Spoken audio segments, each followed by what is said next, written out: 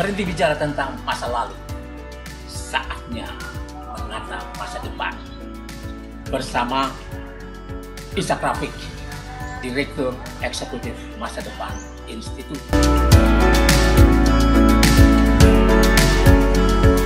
Assalamualaikum warahmatullahi wabarakatuh. Saudara-saudara sekalian, kita jumpa lagi. Anda bersama Ishak Rafiq, Direktur Eksekutif Masa Depan Institut. Kita akan lebih banyak bicara tentang politik dan masa depan bangsa ini. Mungkin dalam 2 bulan ke depan akan lebih banyak stressing pointnya di situ. Karena pergantian kekuasaan ini memerlukan evaluasi menyeluruh terhadap apa yang sudah berjalan, agar kita bisa memperbaiki setiap kesalahan, setiap kebijakan yang membuat rakyat dan bangsa ini terpuruk, sementara orang-orang lain menjadi makmur karena kita. Yang pertama, kita disuguhi peristiwa yang luar biasa beberapa waktu terakhir. Ya, yang pertama adalah perayaan kemerdekaan ke-79 di Ibu Kota Nusantara, IKN, yang sangat mewah, menghabiskan biaya yang sangat mahal, sangat besar, mendatangkan orang-orang yang mau merayakannya dari luar pulau lebih banyak, sementara penduduk setempat tidak punya peluang untuk ikut merayakannya di IKN, di wilayah mereka. Dan ini sangat mengecewakan. Karena kita berharap ibu kota baru, ibu kota yang welcome terhadap seluruh rakyat Indonesia. Tapi itu tidak terjadi pada perayaan 17 Agustus 2024 beberapa waktu lalu. Lalu pada saat yang sama, ya, hampir paralel dengan itu, Golkar ditaklukkan. Erlangga Hartarto sebagai ketua umum yang sempat mau mencalonkan diri jadi presiden ditekan untuk meninggalkan Golkar dan menyerahkannya kepada PLT. Kemudian diadakan Munas atau apapun namanya, Munaslup, karena belum waktunya, dan Bahlil didapuk menjadi ketua umum Golkar hampir secara aklamasi. Ini luar biasa. Pada saat persiapan IKN yang mendapat tantangan luar biasa, Jokowi masih punya kesempatan menaklukkan Golkar, partai yang sudah sangat mendukungnya, dan Erlangga sudah mengurungkan niatnya untuk menjadi capres karena sprindiknya akan diekspos, kemudian dia akan kasus ekspor komoditas sawit dan minyak goreng akan menjadi masuk pengadilan, dan ini membuat Erlangga takluk. Tapi sudah seperti itu, nampaknya rejim dinasti belum puas, sehingga dia menginginkan menguasai partai ini. Partai Golkar, partai pemenang runner up. Dan ini berhasil. Semua orang melihat bahwa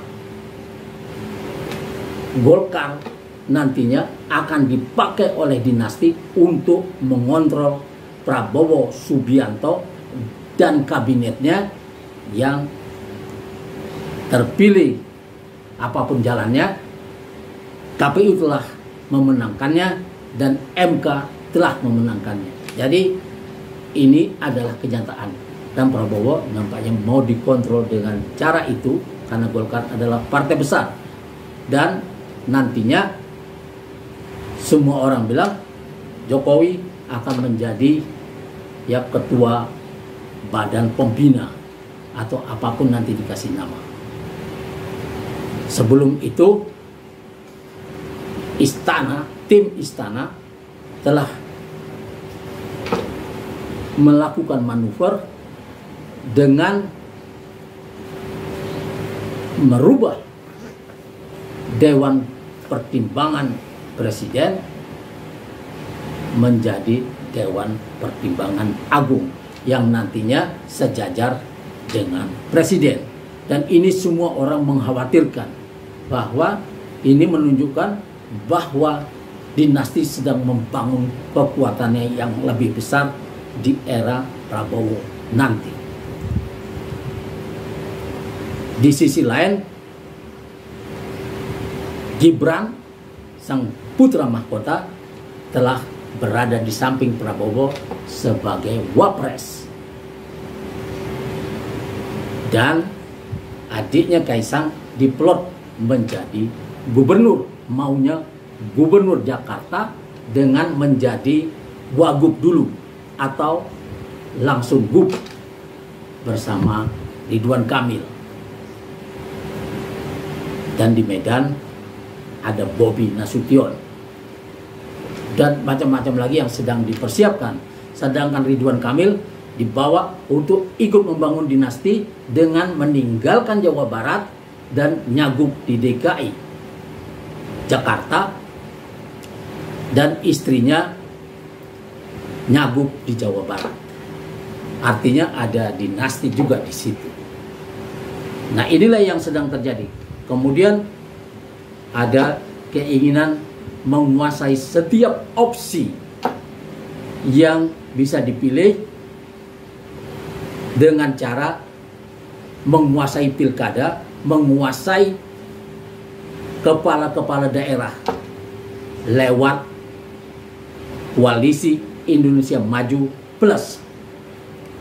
Dengan cara ini kemudian dibuat senario sehingga PDIP Megawati Soekarno Putri tidak bisa mendapatkan partner, sehingga dia akan terisolir sendiri dan Kim Plus akan memenangi semua, akan membeli semua kemungkinan di setiap daerah. Dan ini luar biasa, dan ini hampir berhasil. Tapi ada yang dilupakan di sini.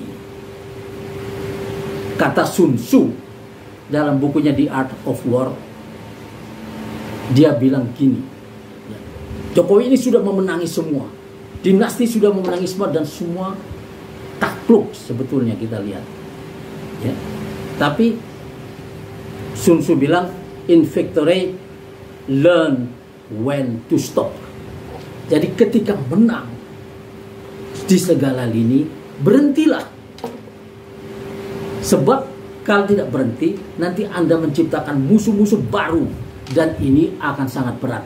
Nampaknya itulah yang terjadi. Maka pada tanggal 22 Agustus 2022 terjadilah titik balik itu, di mana MK memutuskan ya lewat keputusan nomor MK nomor 60 dan nomor 70 tentang pilkada.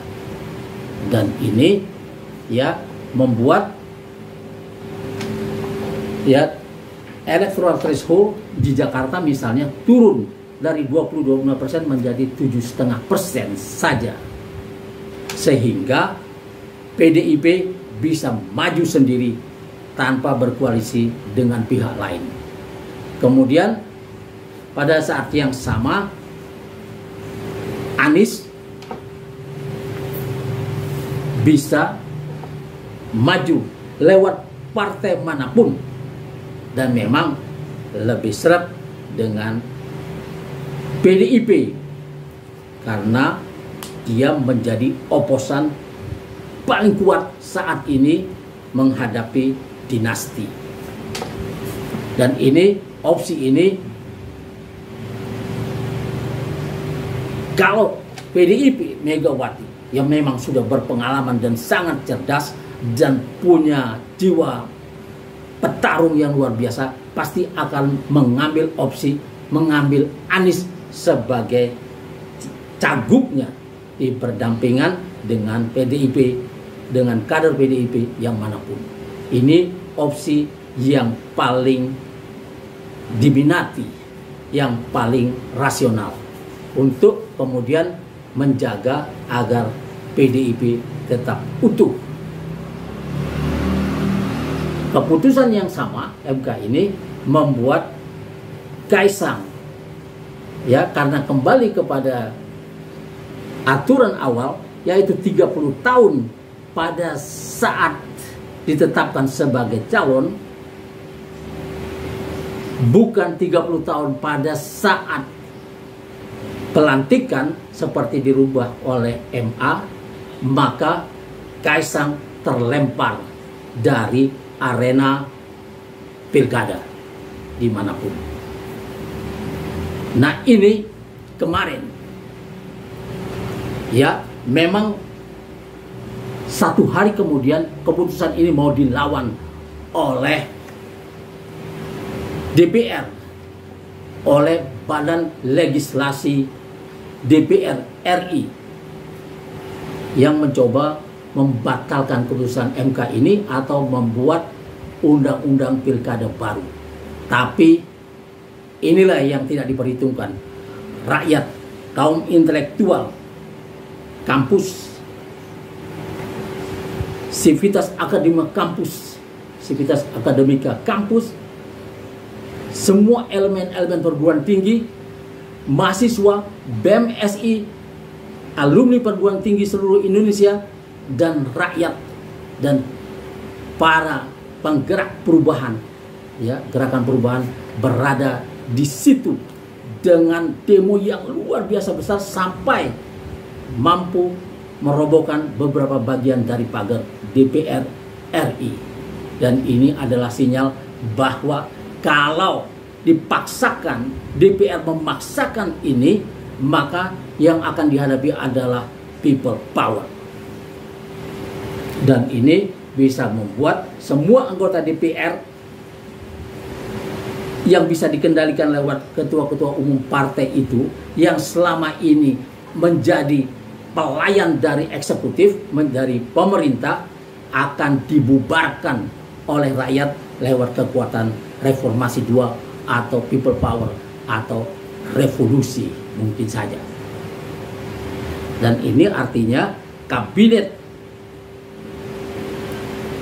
2 periode ini terutama, dan periode yang lalu, dan DPR 2 periode, di periode ini dan periode sebelumnya, yang membuat keadaan semakin buruk saja, akan mendapat sanksi dari rakyat Indonesia lewat people power itu. Dan orang-orang yang terpilih lagi, anggota DPR yang kayak gini ini, akan dikeluarkan dari gedung DPR, diganti dengan unsur-unsur reformasi. Inilah yang mungkin terjadi.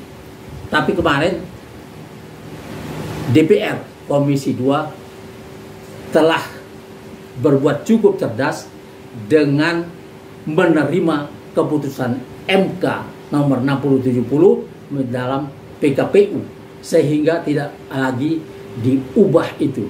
Maka ini bisa menenangkan untuk sementara. Tapi percobaan-percobaan lain mungkin saja akan terus dilakukan, dan rakyat tidak akan berhenti mengawasi DPR.